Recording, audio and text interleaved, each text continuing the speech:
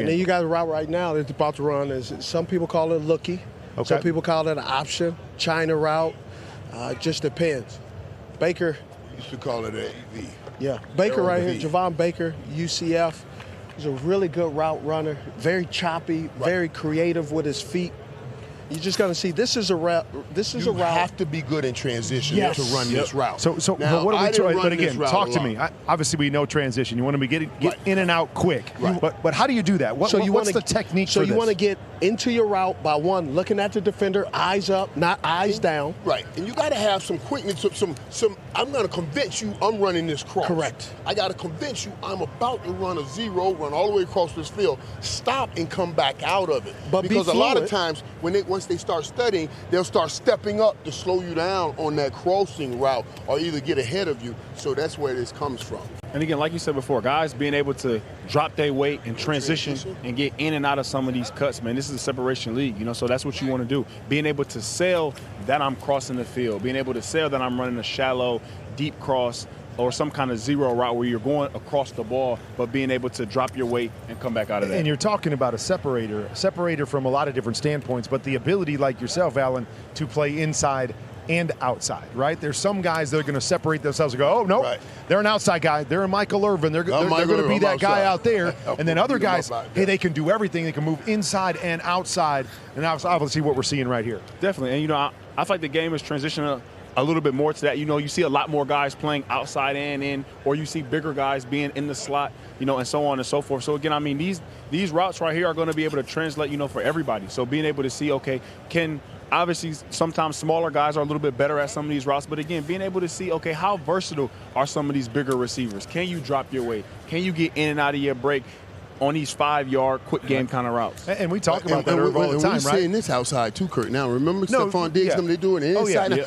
We never did this outside. But it's a tough angle to throw a ball on when you take a slant already outside and then reverse. That's a tough angle. It is. And we talk about all the time on NFL Game Day Morning, right? Certain guys, you got to keep them on the run because they don't have that ability to come out quick and separate. And then there's other guys that are really good at that transition, get somebody going, and then they come out quicker than the defensive back. And the great OCs put each guy in what he does best and come up with an offense. And like you said, this route wasn't really ran that much on the outside, but now specifically you see a lot of these on the outside, especially in the red zone. Isn't that good?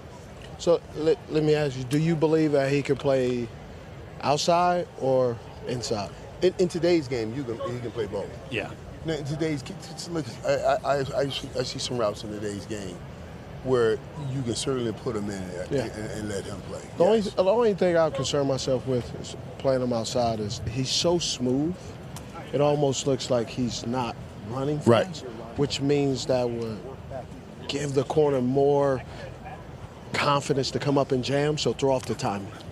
So I believe he will be more dominant in the slot, because now you got to think about this kind of player running at his speed with his fluid and smoothness, and all of a sudden you have a lesser caliber corner.